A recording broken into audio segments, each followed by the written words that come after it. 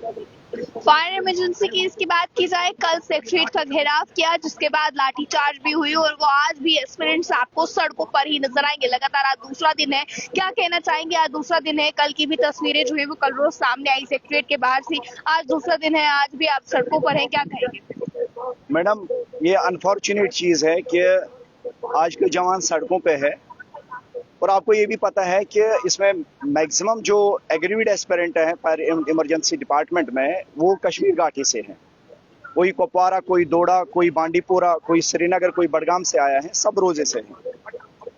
कल हमने जो प्रोटेस्ट किया उसके पीछे एक बड़ा कारण है कि एलजी साहब ने ऑन 6 जनवरी 2025 में हमें ये चीज वादा दिया कि अगर एसीबी के पास आपकी रिपोर्ट कॉपी है, अगर एसीबी ये चीज प्रूव करती है कि इसमें कोई बंदा फंसा हुआ है तो हम इस सिलेक्शन को कैंसिल करेंगे। मगर एसीबी उसी बुनियाद पे, उस रिपोर्ट के बुनियाद पे 109 कैंडिडेट्स के ऊपर एफआईआर देती है, जिसमें ये शो करती हैं कि इसमें 40 कैंडिडेट्स ऐसे जिन्होंने फॉर्म ही नहीं सबमिट किए हैं, 25 कैंडिडेट्स ऐसे हैं जिनके ओएमआर शीट चेंज भी किए गए और जिनके ओएमआर शीट्स में मार्क्स एनहांस किए गए, जिनके पास ओरिजिनल ओएमआर शीट में 15 मार्क्स थे, 16 मार्क्स थे, 18 मार्क्स थे और उनको फाइनल सिलेक्शंस में 95 तक पहुंचाया।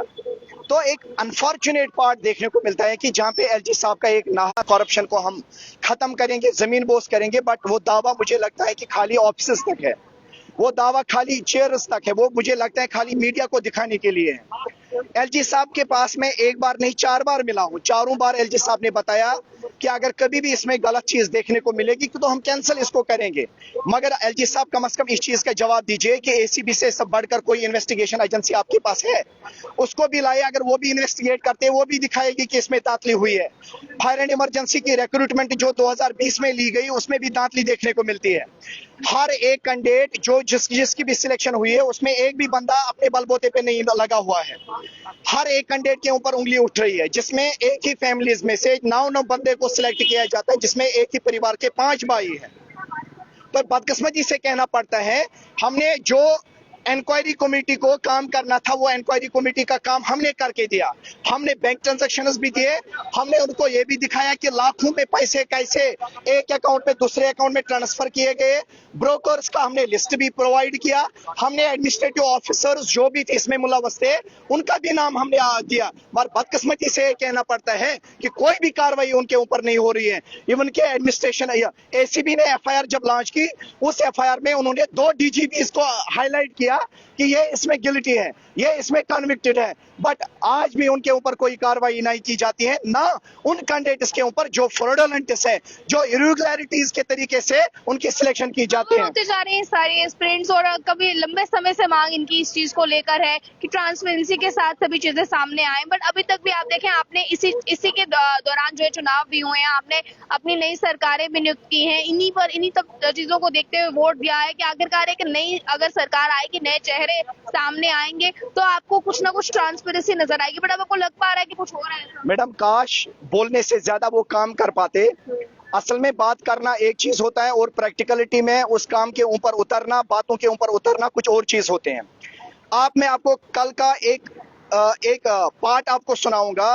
90 एमएलएज असेंबली में थे, 19 एमएलएज में खाली 2 बंदे हमारे पास आते हैं। एक पहला मेहराज साहब जो गाड़ी से उतर के हमसे वादा देते हैं, मैं ये चीज नहीं देखता हूं कि मैं डोडा का एमएलए हूं, मैं सब जवानों का एमएलए हूं, he is a youth leader.